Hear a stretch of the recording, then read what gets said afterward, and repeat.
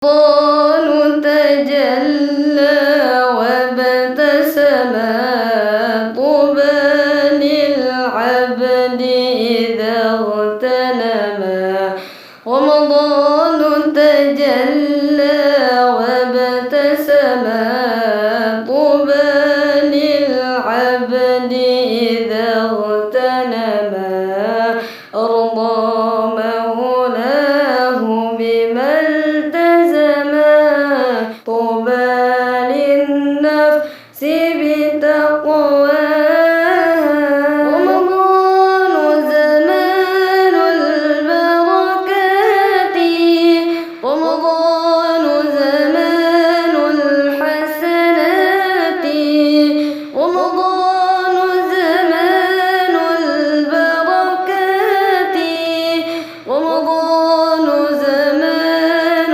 الحسنات رمضان مجال الصلوات تسمو للنفس بمولاها.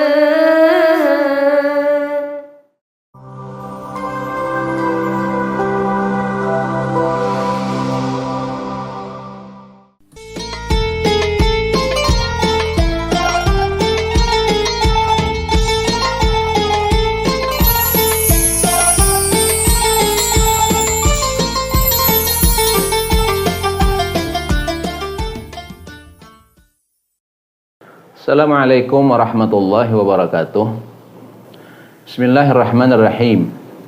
Alhamdulillahirabbil alamin. Wa bihi nasta'inu ala umuri dunya waddin. Asyhadu an la ilaha illallah wahdahu la syarikalah. Al-malikul haqqul mubin. Wa asyhadu anna Muhammadan abduhu wa rasuluhu shadiqul wa'dil amin. Subhanaka la ilma lana illa ma 'allamtana innaka antal alimul hakim. Wala hawla wala quwwata illa billahil aliyyil azim. Allahumma salli wa sallim wa barik ala sayyidina Muhammadin wa ala alihi wa sahbihi wa barik wa sallim ajma'in amma ba'du. Qala Allah ta'ala fi kitabil karim, syahrul ramadhan allazi unzila fihil Qur'an, sadaqallahul azim.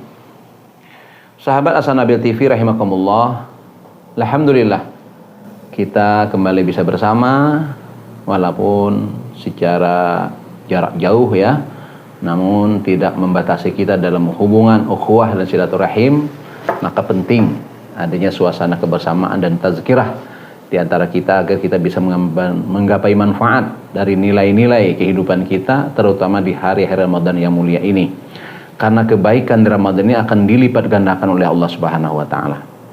Dan penting untuk kita ingatkan bahwa kita bersama telah mengetahui bahwa di Ramadan inilah Al-Quran mulia diturunkan Allah Subhanahu wa ta'ala, dan resminya Nabi kita Muhammad SAW sebagai Rasul Allah, utusan Allah Subhanahu wa ta'ala, bertepatan dengan malam 17 Ramadan. Itu merupakan peristiwa nuzulul Quran ya. Allah mendatangkan Al-Quran. Latar belakang turunnya Al-Quran ini adalah dari kerisauan hati Nabi yang mulia terhadap kondisi kehidupan masyarakat, keluarga beliau, kerabat beliau, teman-teman beliau, dalam kebersamaan, dalam dagang beliau dan sebagainya. Ditemukan berbagai hal sifat dan keberadaan yang tidak layak sebagai manusia. Namanya saja zaman itu zaman jahiliyah. Keterpanggilan hati yang risau terhadap masalah dan problem keumatan. Nabi kita pun pergi bertahanus, bersemayam dalam sebuah goa yang sunyi, mengharap sesuatu jawaban dari yang maha kuasa. Gimana solusi, gimana mengatasi masalah-masalah kehidupan umat manusia yang tidak manusiawi menurut pemikiran dan akal Nabi yang mulia tersebut. Bertahan beberapa saat beliau di sana, tepatnya 40 tahun usia beliau.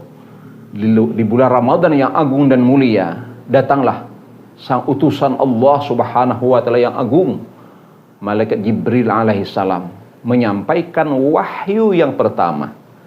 inilah akhirnya Ramadan dikenal dengan bulan turunnya Al-Quran.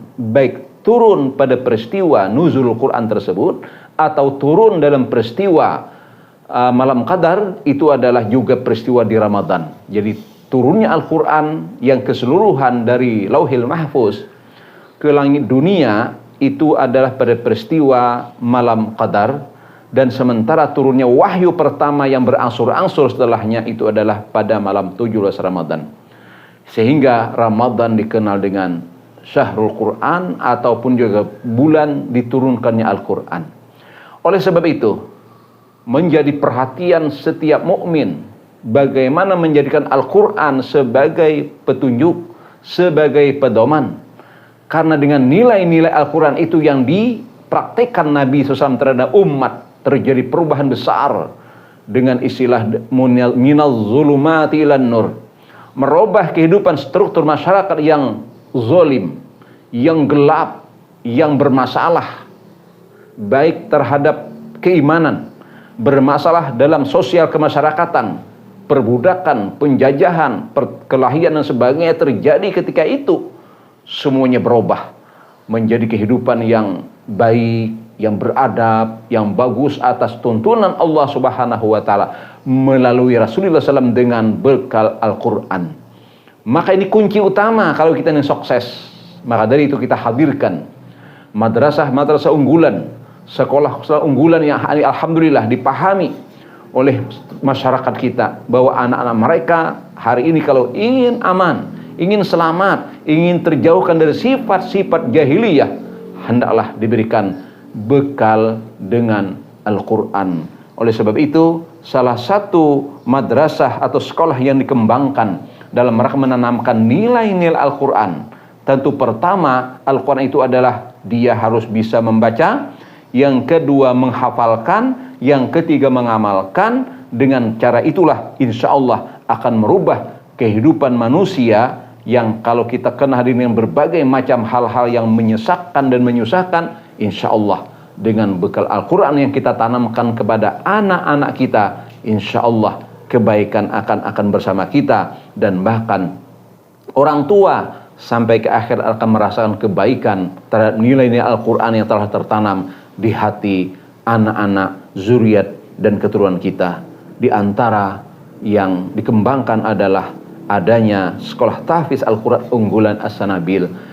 Ini salah satu tempat untuk kita bisa menghantarkan anak-anak kita bisa mempraktikkan, mengamal Al-Quran dalam kehidupan dalam rangka menyambut kedatangan Al-Quran setiap bulan Ramadan ini. Maka dari itu mudah-mudahan Allah Subhanahu wa ta'ala senantiasa menghantarkan anak cucu kita untuk bisa memahami Al-Quran dengan nilai-nilai Ramadan yang tertanam dalam anak kita terhadap Al-Quran.